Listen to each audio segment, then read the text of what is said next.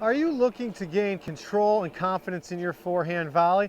Well, stick around for this tutorial as we talk about the 4 checkpoints of the forehand volley. So let's go ahead and get started. As with any stroke, besides the serve, you need to start in ready position. So checkpoint 1 for the forehand volley is ready position. Now when we analyze any stroke, we look at the grip, the body, the swing. The grip on the forehand or backhand volley is going to be up for debate anywhere from continental to more advanced players. Intermediate could be at what we call an Aussie or a composite grip.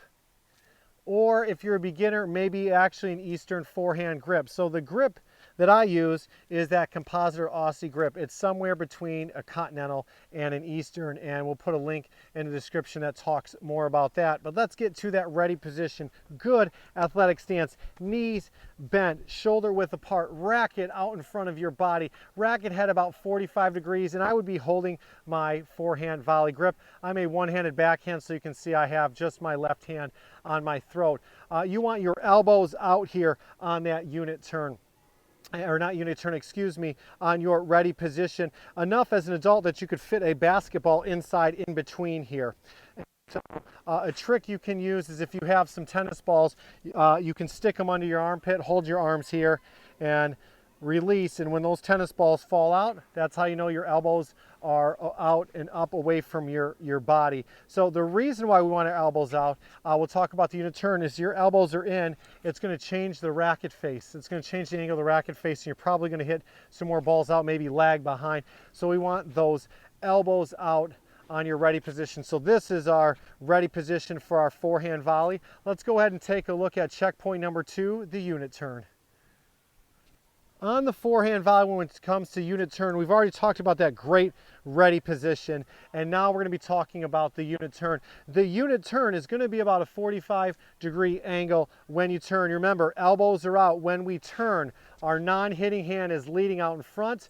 Our hitting elbow is up. Our racket head is up so it can get behind the path of the ball. Notice how our hitting hand is below our racket face, right? So we don't want to be up here like this or down here hitting volleys. We're going to try to keep that hitting hand below the racket face. So that ready position to our unit turn. Okay, racket's almost head high, and that depends on the incoming ball. But my non-dominant hand is in front. My back elbow's up, and I've turned. Now, the further, how far you bring the racket back will also be a little bit debate. You'll see pros get the racket back a little bit further and push through. I am more of maybe 45 degrees and trying to keep it in the midline of my chest here and trying to keep that racket head in my line of sight. I don't want that to get too far back where I can't see it. I want to keep that in my line of sight when I go to make that volley and push through. So a good unit turn, about 45 degrees, back elbows up. Hand out in front is of your body kind of as a guide, and keeping your head still and getting that racket head behind the path of the ball. This won't always happen. You might be at the net and somebody might just rip a volley at you. How many times we play doubles if someone tags a return at the net and you're standing here like this hitting a forehand, you've sidestepped, or it's coming at you and you step back and you volley. That's going to happen. So these are not the absolutes. Oh, every time I volley, I need to turn 45 degrees or bring my racket back a little further. It depends on the shot you're given. This is more for an opponent being at the baseline, hitting you a shot, and you have time. You have time to make that nice unit turn, but you might not always have time, and that's a key point here. So there you have it for the unit turn. Let's go check out checkpoint number 3, contact. So when we contact the ball, checkpoint number 3 here, we've made that nice unit turn. Now the non-dominant leg, I'm right-handed, so my non-dominant leg is my left foot, is going to go with the racket. And we want to make contact with the ball before that non-dominant leg hits the ground. And the weight is going to go forward into the shot, so we go from ready position. Here's our unit turn. We want the head of the racket behind the path of the ball, and we're going to push.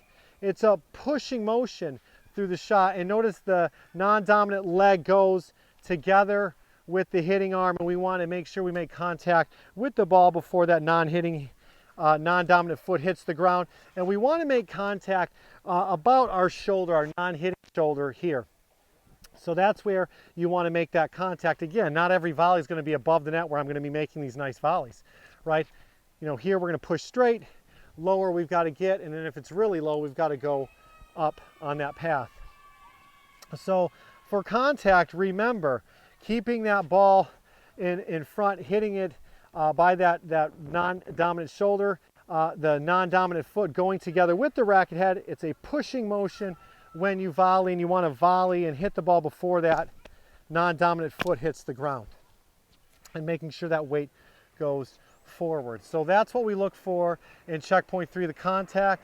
Let's look at checkpoint 4, the extension. The extension here on the forehand volley is crucial. When we extend and we hit that volley, we want to extend to our non-dominant hand, our non-hitting hand for our volley.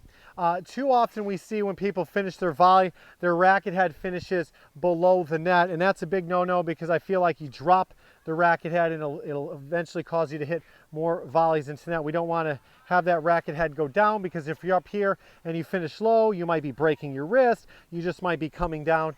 The idea is when you volley is you push through to your non-dominant hand. So here I push through and extend to my non-dominant hand. My weight gets forward. Even if the ball's low down here below my feet and I have to hit up, I hit up and I go out to my non-dominant or non-hitting hand for the extension. So the extension, the weight's forward, and you're going and you're extending and pushing through to that non-hitting hand and making sure you don't break that racket head and have you finish below the net. So there you have the 4 checkpoints. Let's go ahead and take a look at some forehand volleys that I've hit earlier to demonstrate what that should look like.